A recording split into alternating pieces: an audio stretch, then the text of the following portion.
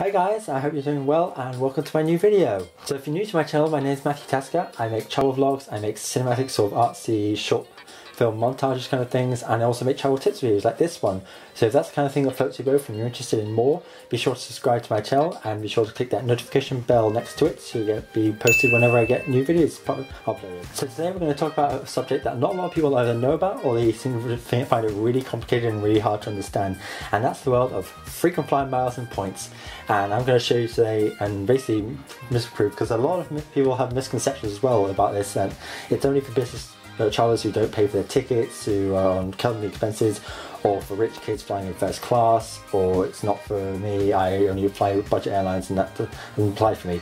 Well, I'm about to prove all those wrong by giving you 5 easy steps on how to use miles and points to your advantage, how to travel maybe for a lot more than you normally do, or maybe for a lot more luxury, or maybe just go a lot further than you thought first thought. Step one's probably the most obvious one, and that's actually just sign up for the accounts, sign up for a program. And a lot of people don't realise that this is an important step because they just assume that you can just earn points naturally, but no, you have to earn by signing up for the respective airlines programs. That means just going through every airline that you're interested in and just going sign up, sign up. And the thing is, they're free. It doesn't cost you anything to join them, and you don't lose anything by joining the program. Even if you have no intention whatsoever of flying say airlines, so you like live in the UK and you sign up for, I don't know, Qantas in Australia, and you have no intention of going to Australia for whatever reason, don't know why, hey, but yeah, you have an account with them, and then you can, if you ever want to earn with them, you can do that. You have that option. Another part of signing up for the accounts is also making sure that every time you make a booking with an airline that you insert your frequent flyer number into your booking, because if you don't put that in, you won't earn zilch, you're going to get nothing out of it. So always make sure to have your booking in, and if you're signing up for a program and you've done some trips in the past, some airlines, they do allow you to request credit for flights you've done in the past before you signed up, but not all of them. So the general consensus is about 6 months or so, but you really have to do your own research on that half, because each airline's different, and I don't know which programs you are going to sign up for. So yeah, definitely do your research on that if you plan on trying to claim back for previous trips. So step 2 to earning frequent flyer miles and using them is creating and defining your personal strategy. And this is where you really have to bring the hard graft and the hard research into, because everyone's needs and desires are different to another traveller. So you basically first have to find out and decide what's your goal for using miles and points. Is it to either redeem for multiple economy tickets for the price of what you would normally pay for just one? Is it to go on a single business or first class ticket for less than you would normally pay for an economy ticket full price? Or is it just to go further on a much further distance on your travels with your points versus paying full price for that cash alone? So the next part of creating your strategy and defining it is pretty much being selective with your loyalty, because this is a game of loyalty. You have to decide who you're going to invest your time and effort and travel funds into a specific airline, or actually the real question is being loyal to an airline alliance, because a lot of people assume that you have to be loyal to just one airline, when in fact you have to find out who their airline and is part of in terms of partners and alliances, because most of the big airlines such as British Airways, Air France and so on, they are part of what are called airline alliances, where there's a group where, say, if you're flying from London to Los Angeles, you could say fly British Airways but earn American airline miles instead of British Airways ones. You're not tied to BA just because you're flying on BA Metal, which is a term used for the aircraft. Or say you're flying United Airlines, you could, instead of just earning United miles, which might not be useful for you, you could instead earn Lufthansa or Air Canada miles instead, which is maybe a bit more lucrative depending on your situation. I'd say the best strategy is really just maybe I'd say go on a 5-way strategy of have one sign up for one program per airline alliance, look at the ones that are most valuable to you, I'll leave some links in the description, and 2, pick up 2 airline programs that aren't in alliances, because not all airlines are inside the major alliances, because there's only 3 of them and they are very selective because they're like elite clubs. So yeah, for me, my case, that was a case of signing up for Air France's program because they're part of the Sky team, British Airways, which is part of the One World Alliance, and Air Canada's Aeroplan program, which is part of Star Alliance. And then the two non-alliance programs I use personally are Alaska Airlines, which I'll get into a future video in my video about different airlines and alliances and partnerships and so on. And then I also signed up for Norwegian, which actually has a not well-known program called Norwegian Reward, which lets you earn on the budget airline Norwegian, which is known for cheap flights around Europe and around across the Atlantic rather. So yeah, that's definitely a major point, is knowing your alliances, knowing your partners, and we'll definitely get into that into a lot more detail in our upcoming episodes, so stay tuned for that. So step 3 is probably the most important one and the most fundamental of the whole points game, and it's also going to sound the weirdest, is learning how to earn points when you're just sitting on a sofa or lying in bed. And yeah, that's going to sound weird to you, and at first it sounded weird to me, but let me explain. So fun fact actually guys, that 65 to 70% of my mileage earnings actually came from non-flying activities, literally from just sitting around my bed and not even going anywhere. Or if I was going somewhere, I wasn't actually flying or even paying attention to the airline I was supposed to be loyal to, which it might sound like you're cheating, but you're not actually. It's part of the rules, it's part of the game. You actually have to learn all the loopholes. So the way I did it is basically looking at all my partners, the partners rather, of my airline program.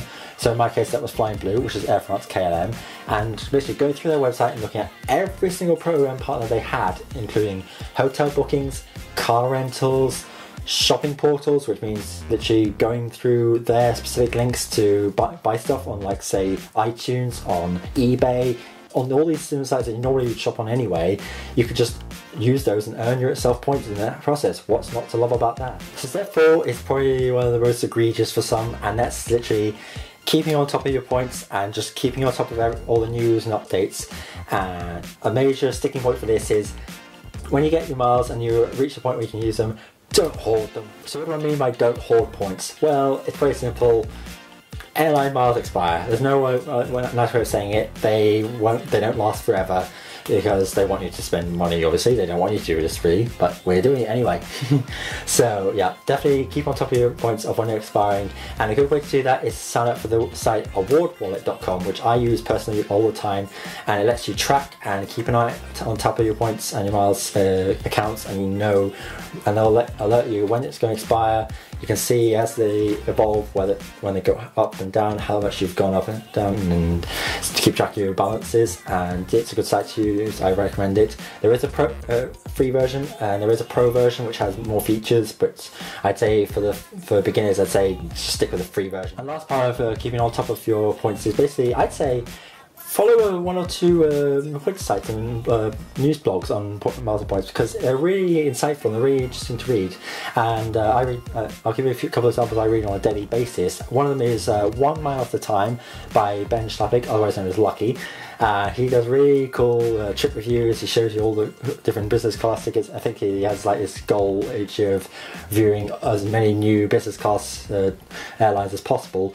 Yeah, that's one good example. And the other is Head for Points. If you're based in the UK and you want to learn like British Airways and Virgin Atlantic and their offerings, definitely worth checking them out. I'll leave links to both of them in the description to go and read them. And so finally we reach step 5, and that's redeeming your miles. That's the one you've been waiting for, right? You're like saying, yes, I finally earned enough. I finally got all my points. I'm ready to book. I'm ready to go. Let's do this. I want to save my money. Well, stop. I hate to put the brakes on you, but I'm afraid you're going to have to ask yourself one simple question. Am I getting a good value out of this redemption? Or am I better off just spending full-blown cash on this? So that might sound weird for me to say, whoa, wait Matt, why have you gone through all this video and just telling me about miles and points and telling me it's a good way to save money, and then all of a sudden you say, oh, it's better off to spend just full cash on it?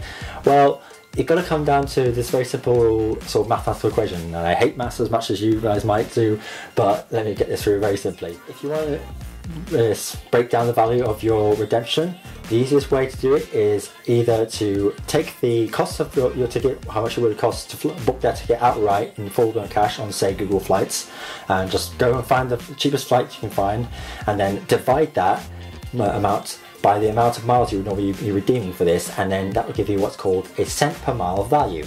So as an example I could give you is, if you wanted to fly, say, Singapore Airlines Suites class, that's their first class with a double bed and champagne, the whole lot.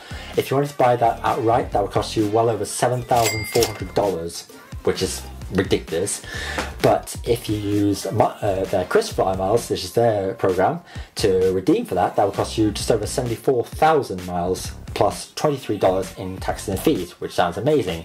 But then if you divide the two together and do the math, that makes up for 9 cents per mile in value versus that full price ticket, which is great. Now if you did something else, like say trying to redeem British Airways, so let's say economy ticket from London to New York, which is one that they do, I think they do like 17 flights a day of those, which is crazy. But yeah, if you try to redeem those with British Airways Avios, that's a terrible way to use them, because British Airways has what's called fuel surcharges, which they add onto their tickets, which is basically a bogus fee that they should never add, but they do it anyway, and the UK government also adds their own fees on top of that, which makes it even worse. So normally you spend between, I don't know, £350, £400 for a one-way ticket from London to New York. I have no idea off the top of my head, but you get the point. If you try to redeem Avios for that, you end up spending, I don't know, I'll probably have the amount here on screen next to me, but do you know how many taxes and fees you have to spend on top of that? £500. Where's the value in that? And the last thing to remember about redeeming is the very simple thing. Redeeming for miles points for a ticket, it's not free. It's not a free ticket. Never think of it as a free ticket. Get that into your head. It's not a free ticket. The reason why I say that is because you still have to pay taxes and fees, which you normally have to pay on any flight, and whether you're paying cash, miles, whatever, you still have to pay those taxes and fees. That's why, for example, for that Singapore Airlines flight, you're spending a lot of miles, but you're only spending $23 because you're paying taxes and fees. Otherwise, you just paying nothing at all, which would be even better, but that's not the case. That's the world works. Also, yeah, definitely do your research on your preferred airlines and the ones you want to invest your loyalty in, because they all have pros and cons. They all have their own way of doing things. They all have their own loopholes. They have all these minefields. So yeah, you gotta really do your research, because this is really part of the reason why most people don't get into this, is because it takes a lot of research, a lot of hard, not so much work, just like you gotta really put the time in and be willing to put some research into this project, because that's part of the reason why you don't spend money, because you don't invest with your money. Instead, you're investing your time and your effort into it. And if you can play the game right, you can definitely win. So there you have it, guys. That's 5 tips on how to become a master of frequent flyer miles, and we'll definitely get into a lot more detailed on each subject in particular in future videos on MatNav.